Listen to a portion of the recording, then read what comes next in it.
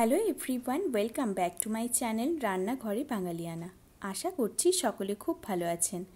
আজকে আমি বানাবো ভেজ পোলাও, সেটাও আবার জামাই ষষ্ঠী স্পেশাল।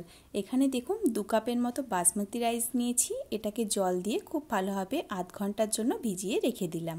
এরপর ওভেনের মধ্যে কড়াই বসিয়ে দিয়ে দিচ্ছি বেশ কিছুটা পরিমাণে সাদা তেল আর 1 বড় চামচের মতো ঘি। এরপর ঘি খুব ভালোভাবে মেল্ট হয়ে গেলে দিয়ে দিচ্ছি এখানে তেজপাতা আর গোটা গরম মশলা রয়েছে, দারুচিনি, লবঙ্গ আর এলাচ। এরপর এখানে দিয়ে দিচ্ছি কিছুটা পরিমাণে কিশমিশ আর কিছুটা পরিমাণে কাজু বাদাম।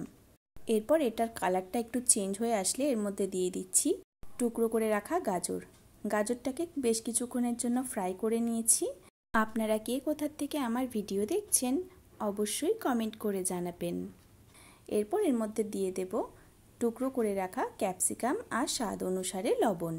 জামাই ষষ্ঠীতে শাশুড়ি মায়েরা তার জামাইদেরকে অনেক পদ রান্না করে খাওয়ান। সেটার মধ্যে একটা পদ হলো ফ্রাইড রাইস, বাট এটা ফ্রাইড রাইস কিন্তু নয়, এটা ভেজ পোলাও। আমি একটু অন্যরকমভাবে রান্না করে দেখানোর চেষ্টা করছি। যেখানে আমি দিয়ে দিলাম ভিজিয়ে রাখা বাসমতি রাইস। এরপর লো টু মিডিয়াম ফ্লেমে বেশ কিছুক্ষণের জন্য এটাকে রান্না করে নিতে হবে। ফ্রাইড রাইসের থেকেও খুব সহজভাবে এই পোলাওটা রান্না হয়ে যায়। আপনাকে আলাদা করে কোনো ভাতটা সেদ্ধ করতে হয় না, আর খুব তাড়াতাড়ি এবং ইজি। আর এটা চিকেন, মাটন, পনির যে কোনো কিছুর সাথে খেতে কিন্তু দারুণ লাগে। এরপর দেখুন এই কাপ মেপে আমি 2 কাপ চাল নিয়েছিলাম, আর সেই জন্য 4 কাপ পরিমাণে জল এখানে অ্যাড করে দিলাম। এরপর 7 থেকে 8 মিনিটের জন্য হাই টু মিডিয়াম ফ্লেমে এটাকে খুব ভালোভাবে রান্না করে নিতে হবে। আপনি যদি আমার ভিডিও ফেসবুক থেকে দেখছেন, অনুরোধ করব চ্যানেলটি ফলো করার জন্য। আর যদি ইউটিউব থেকে দেখছেন, রিকোয়েস্ট করব চ্যানেলটি সাবস্ক্রাইব করার জন্য, যাতে নিত্য নতুন ভিডিওর আপডেট সবার প্রথম আপনিই পান। পোলাও স্বাদে যেহেতু একটু মিষ্টি মিষ্টি হয়, সে কারণে 2 চামচের মতো চিনি আমি এখানে অ্যাড করে দিয়েছি।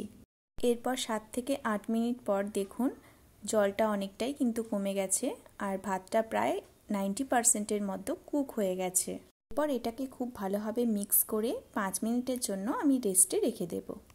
ফ্রাইড রাইস তো অনেকবারই খেয়েছেন, একবার এইভাবে ভেজ পোলাওটা বানিয়ে খেয়ে দেখুন, খেতে কিন্তু দারুণ হয়। বাড়িতে অবশ্যই এই পদ্ধতিতে একবার ট্রাই করবেন আর আমাকে কমেন্টে জানাবেন আপনাদের কেমন লেগেছে। চলুন এবার এটা আপনাদের সার্ভ করে দেখাই। আমি এখানে গরম গরম চিলি চিকেনের সাথে এটাকে সার্ভ করে দিয়েছি। চিলি চিকেনের ভিডিও আমার চ্যানেলে অলরেডি পোস্ট করা আছে, গিয়ে একটু চেক আউট করে নেবেন। সকলে খুব ভালো থাকবেন, সাবধানে থাকবেন, সুস্থ থাকবেন। দেখা হচ্ছে নেক্সট ভিডিওতে। আর হ্যাঁ, সাবস্ক্রাইব করতে ভুলবেন না যেন। ভিডিওটি দেখার জন্য আপনাকে অনেক অনেক ধন্যবাদ।